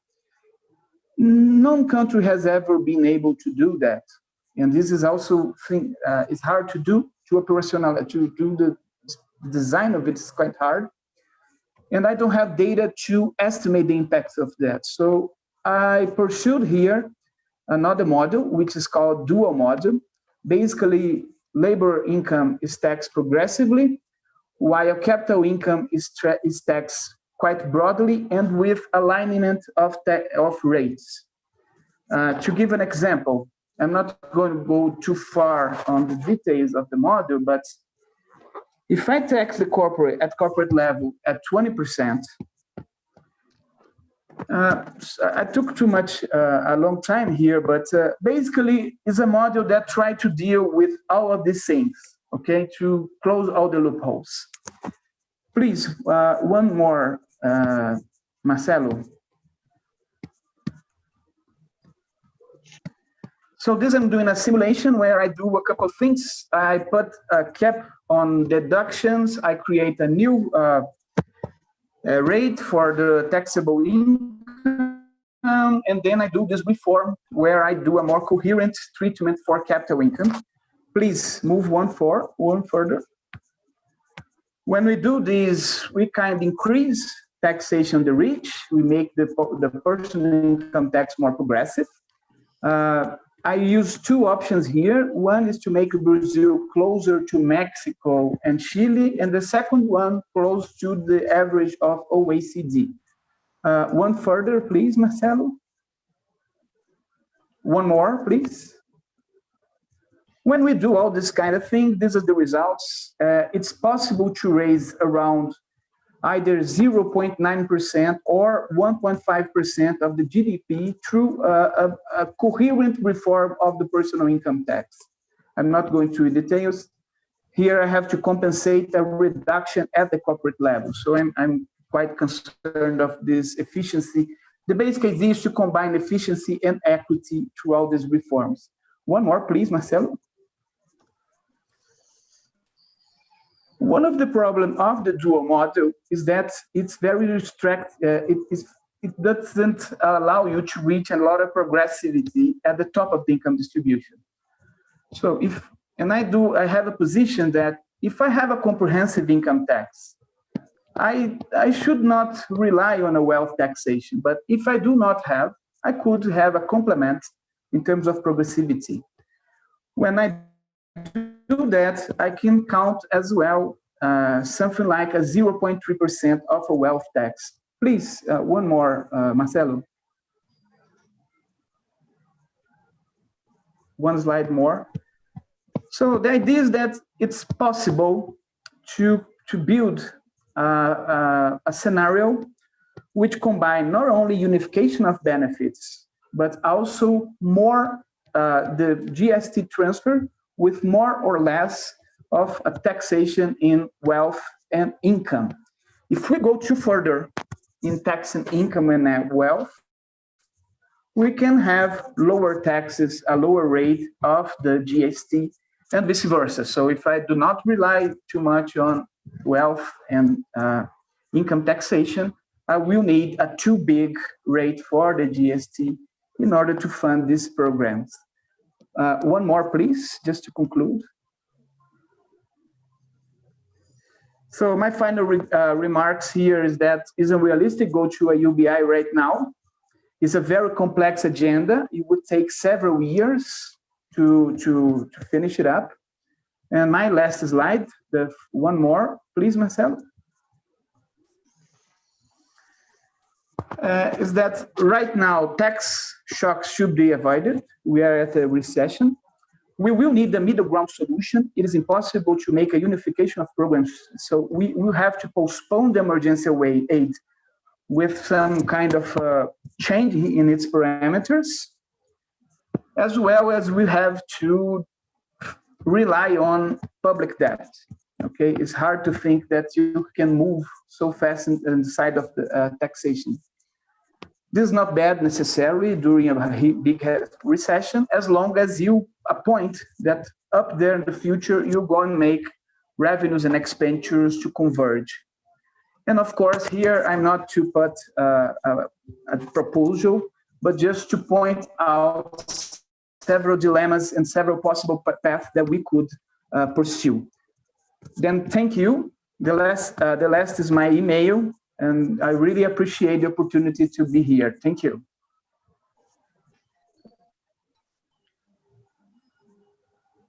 Thanks a lot, Dr. Orair, for your, again, once, like the previous ones, very detailed study. So the audience had this morning 4 excellent examples on how social science can make a contribution to policy making, to policy decision making, because we learned a lot about how UBI perform worldwide, and we learned a lot on different proposals for this important and key subject in Brazil. So many thanks, and we can now go for the Q&A section. We have just a little room for questions and answers, but let's try it. And I would just like to remind the audience that this webinar will be available on YouTube on the Agência FAPESP channel. So those that are interested in listening to it again and watching it again can go there.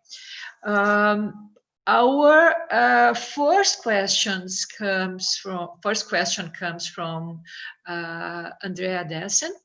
She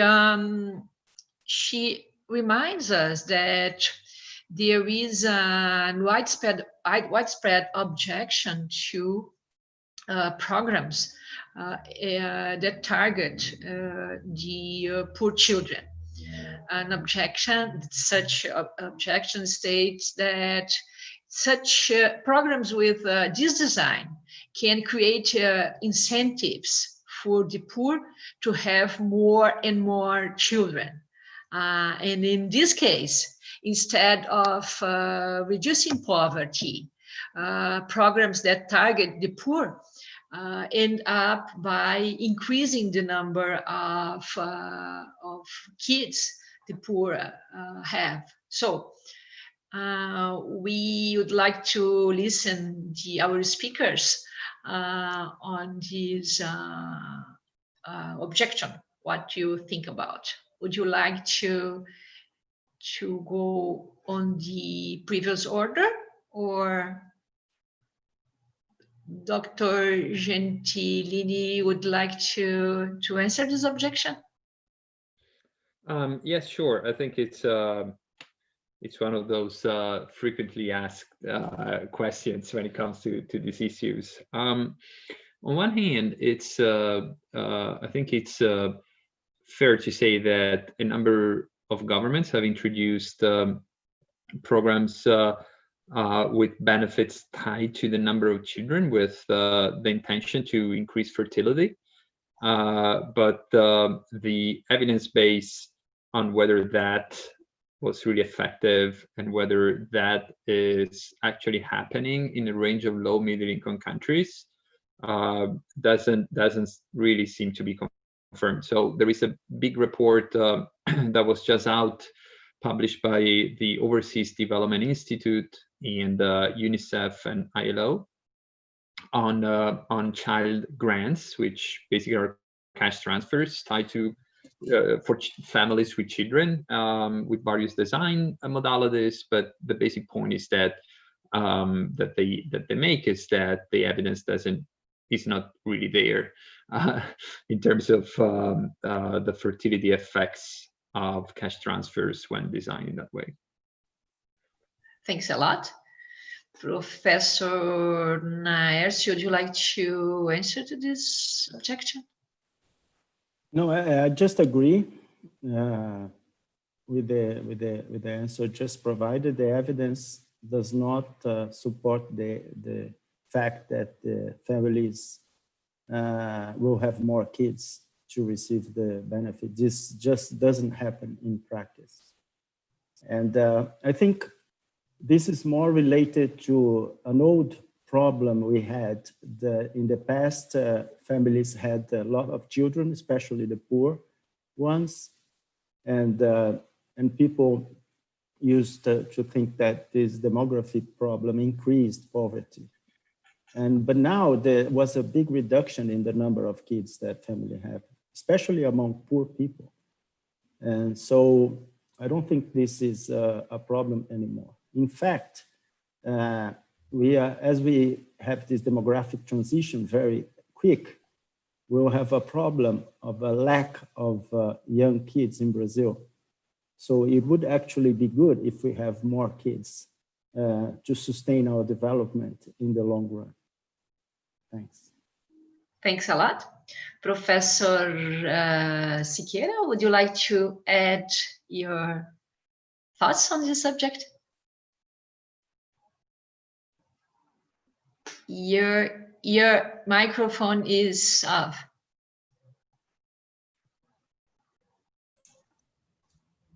Okay, from what I know, the evidence from some pilot programs, the studies published by Duflo and Menezes, they really have some positive results related to this, that the transfers does not increase the rate of fertility of the number of children.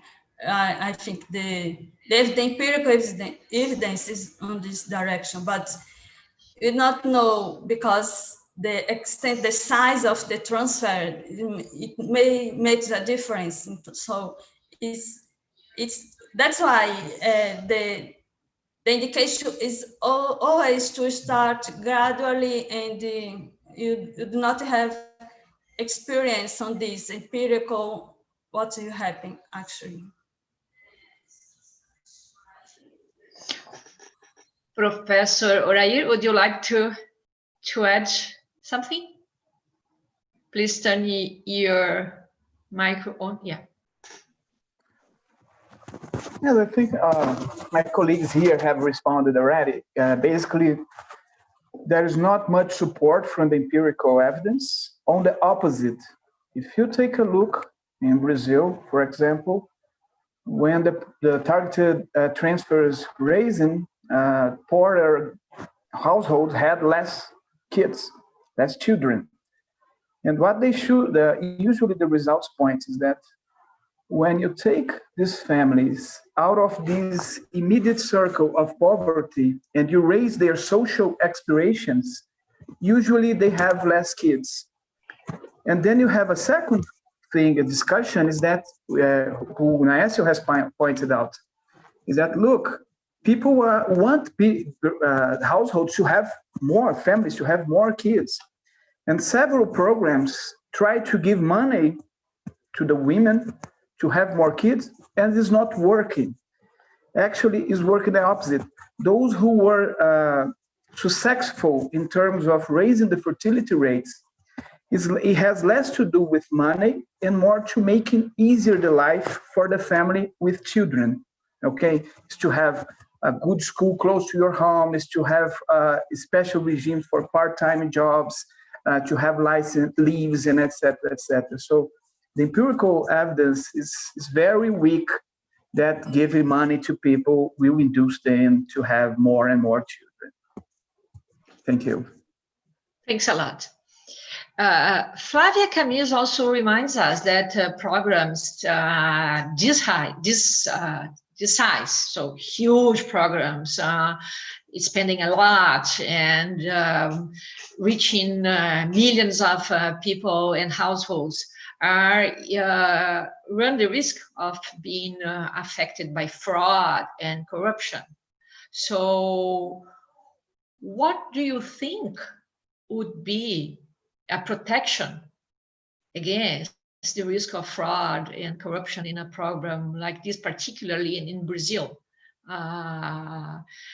Professor Naércio showed us that there is a I'm targeting in the emergency transfer. So, what kind of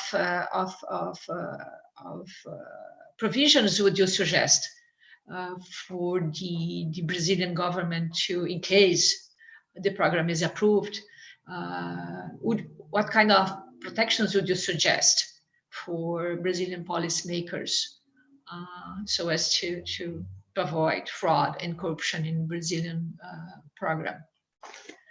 Dr. Gentilini, would you like to, based on your experience and your worldwide study?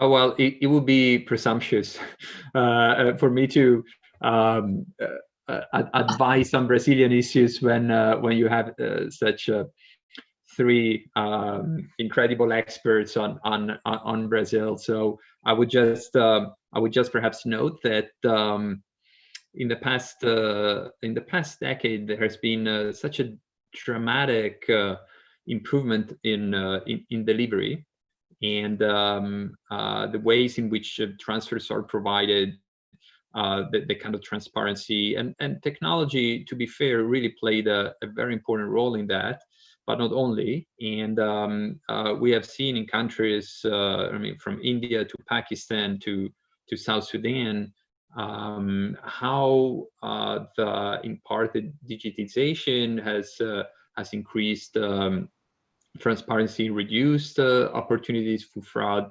and the savings, the fiscal savings, were sometimes really remarkable. But it's not just about technology; it's also a broader system of accountability that comes with the program, and it depends by the program itself.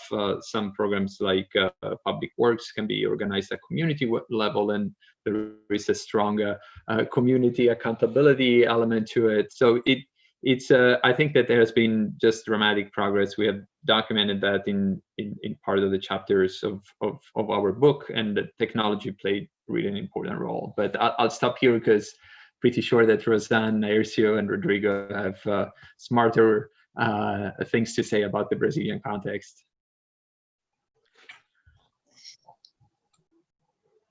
Professor Naércio? Yeah, this is a very interesting question, because with the Bolsa Família program, we were very successful in targeting the really poor. And it's interesting because there was not a good technology of targeting. It was basically people in the communities, because it was decentralized, and the mayors and local municipalities would enroll people. And you would expect there would be a lot of corruption, but it actually didn't happen. So we are still unsure of why it didn't happen. Maybe it was local surveillance and people in the communities playing a role, and all the names of the recipients were in the website. You can look at in each city the names of everyone. So it's actually a very interesting study, would be to examine why can you have such a targeting without an official and high-tech developed technology. But with the emergency transfer, the opposite happened, actually. A lot of people received the money. But I guess it's because, you know, there was an app, you just had to enroll there. You had lots of anecdotal evidence of, you know, kids from upper middle classes just saying, oh, I just need to download this app and I'll get 600 reals. So I think there was a lack of enforcement on the government. Just the government just wanted to provide the transfer as soon as possible because of the tragedy, which was a right thing to do, actually. But then it didn't match the names with the other official data. So this is a problem. But on my proposal, we would also use the app. So it's I don't know much of the literature, but it would be interesting to know if you could trust their own families putting their monthly income in the app. And of course, I think the government would have to do random audits in the houses to see if the assets inserted in the app match with the real ones, so that you avoid very rich people receiving it. But it's a good question. It's still an open question. And I'm not sure there is a definitive answer on how to avoid that. I just say that Bolsa Família was very good, but the emergency transfer was not. So we have to progress in the direction of Bolsa Família, but using an app, which is very difficult. Thanks. Thanks. Professor Rozane, would you like to? Okay, my worry is more with the system as a whole, the social security system, social, and also with the tax system. You know that in Brazil, there's a lot of opportunities for rent-seeking activities, for corruption, and they use for clientelism. So this makes the system very dysfunctional, and there is a lot of interest groups trying to capture. So this more broader view of what's make the system as dysfunctional and disaggregate society. So I think if you have the simplest transfer system and tax system, broader base, we can minimize the opportunities for corruption and make everybody more social consent, like people cooperate with the system. That's important. Promote social cohesion and fiscal responsibility. So I think this is important to see how we can change the system of incentives that you have today. So innovate in this institutionally to make society as a whole and the state more functional, more fair. So that's why I think you should look at systems that are more incentive compatible. That's it. Exit. Professor Orair. Well, just to complement, yes, in fact, the UBI, basic income, is not hard to make the monitoring. It's easy because you don't rely on information declared by the family. You don't need conditionality, so it's much easier. There's not much room to fraud. On the other side, a targeted program, there is a room to fraud. But as Naércio has pointed, Brazil is recognized as one of the better targeted programs in the world, and that's quite good on it.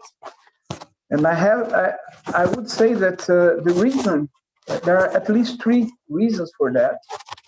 The first one, we do have a federative system when we have a very centralized presence of the Centros de Referência de Assistência Social, the social assistance reference centers, and that has to do with this local capability that we do have. The person to get the benefit of the Bolsa Família must go to the CRAS, talk to a public servant, and declare their information. And they are not, they may lie, but it's not that, they lie, but it's not that big the problem.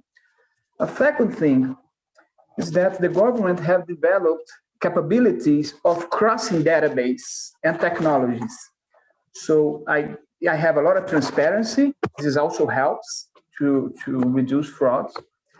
But then I can take the informations of the public, which is beneficiary, and cross with several databases that the federal government has, because I have a unified database. And we are advancing a lot of this. So we do have. And then the third point is that the truth is that the value of the Bolsa Família is quite small. The typical amount of benefits is 180 reais. So it's not worth for a person to spend a whole day at the CRAS to make this But as the benefit gets bigger, then this incentive gets bigger. So in order to avoid, we would have to advance a lot in terms of crossing databases, bringing new ones, see whether the technology must go on a lot if we want to avoid frauds in a bigger program. Thanks a lot.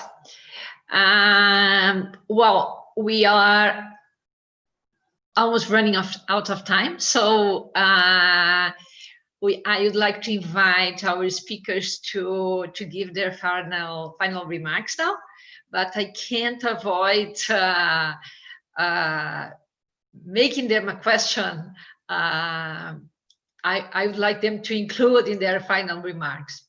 A frequent objection to the introduction of a UBI in Brazil is that, okay, this is a very good idea. It would be more than welcome, but unfortunately, it's not viable because we cannot afford paying it. So I'd like you to address this objection, if you can, in your final remarks.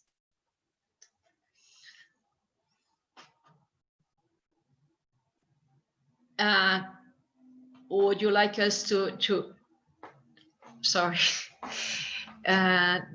Dr. Gentilini, would you like to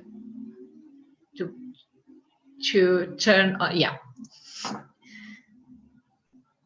Would you like to give us your final remarks?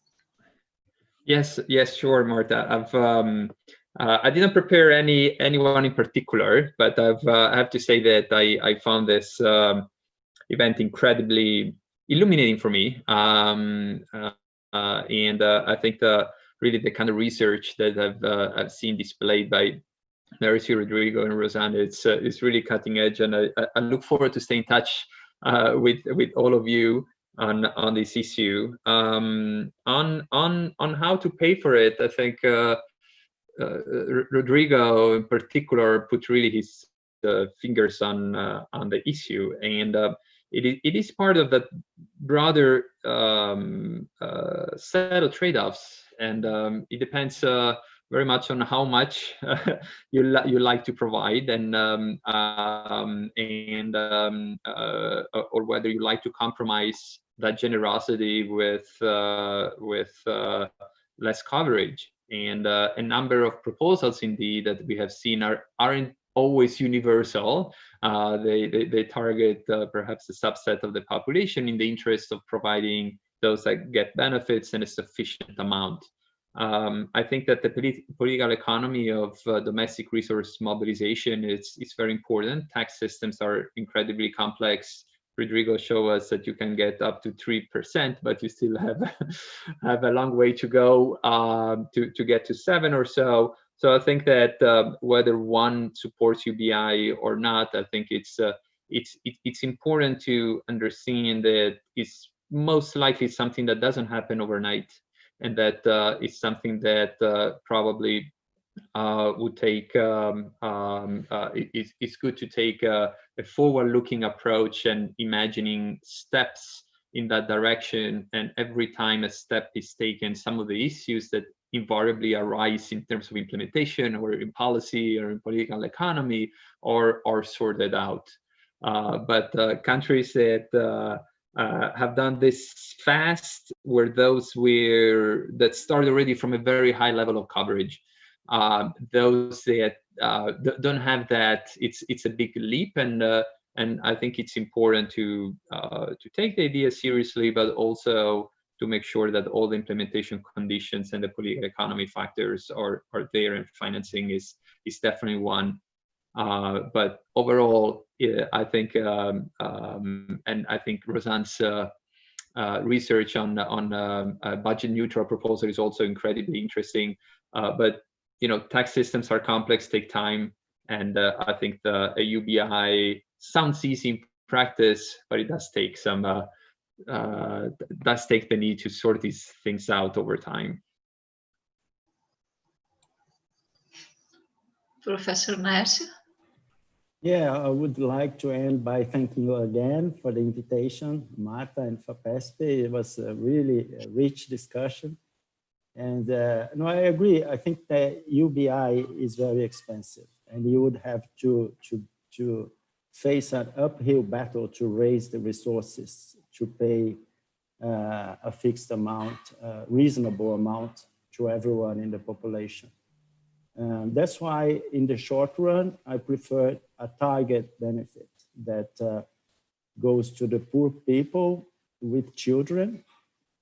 You would need just 1% of GDP, which is feasible to raise this tax. Of course, you should raise the tax among the rich to raise this, but it would be less difficult than to raise a tax to 27% of everyone in the population. I think the political economy would be very complicated. It's a lot of money. So I think it's more feasible and more clear and has the benefit of being intuitive to target the children that are early on. And so, but I think, if it's feasible to raise more resources in the long run, we could move on to a more universal benefit. But I think in the short run, we have to save those children that are born now. So thank you very much again, and I hope to see you all soon. Yeah. Professor Rozane? Okay, it has been pointed out in the literature by some prominent authors that in assess the affordability of universal basic income, we should subtract from the net cost, as we estimated, the amount that people pay for themselves, because it's nearly simultaneous. You pay and you receive. So what remains, if you do that, is the amount that is transferred from one group, the net contributors, to the other group, the net beneficiaries. And for example, in our scheme 2 of our model, it's the cheapest one, this amount is 3.6% of GDP. This actually would be the true cost of the extra burden imposed on those on the top 4 or 3 quintiles of the income distribution. That's one point. The second point is that the kind of scheme we simulate base income flat rate. That is the potential that they save an enormous amount of money a long time, not only from reductions in administration costs, but also from positive effects on health, education, skills, and other social variables, crime. And finally, it's not possible, to implement, to pay a universal basic income to everyone and maintain the current spend in tax subsidy policies. So I see UBI as an important element of a strategy gradually implemented to reform this broken and this dysfunctional state, but it should really be, it needs to be gradually implemented. That's all. Yep. Dr. Orair? Well, thank you. I hope to be in touch. It was a great pleasure. There were great presentations. And I kind of go alongside with most of my colleagues here, is that UBI is a process, and where we are taking each step. We took the first step with Bolsa Familia 15 years ago, but it's not enough anymore. So we've got to do the next step. Could be a big target program as Naércio is saying? Yes, could be. Could be a combination between a bigger targeted program with an universal universal benefit to every children, could be as well. But is it all of a sudden is a matter of political economy. So I'm here just to put options and try to say that, look, if we do a good tax reform, we can avoid the bad effects of taxes on growth. So we could have an agenda combining equity and efficiency, growth and distribution, bringing these three things together. UBI, the next steps toward the UBI, a better tax system, a more transparent one, and the society will decide how are we going to tax through a GST or a better model for the income tax. So I'm just pointing solutions, but at the end, the ultimate decision comes from political economy. That's it. Thank you so much, Marta. It's up to me to thank our 4 speakers who provided us a very technically and evidence-based understanding of the gains and the risks around the introduction of a huge program of basic income, either in Brazil or in the world. So thanks a lot. It was a very, very interesting discussion. I would just like, before closing this section, I would just like to remind the audience that this program is available on YouTube. So thanks a lot for being with us this far. Bye-bye.